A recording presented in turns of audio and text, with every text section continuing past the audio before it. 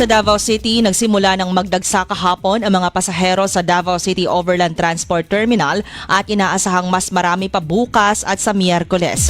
Uuwi kasi sa probinsya ang mga mamamayan para sa Semana Santa, ayon kay Terminal Manager Aisa Usop.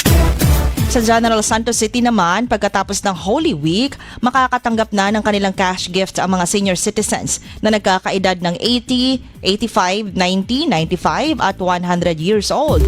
Sila ay tatanggap ng 10,000 pesos bawat isa batay sa Expanded Centenarians Act of 2024. Ayon ito kay National Commission of Senior Citizens Region 12 Commissioner Edwin Espijo. Siya ay kabilang sa 1,500 senior citizen ng Region 12 na tatanggap ng cash gift simula sa unang linggo ng Abril.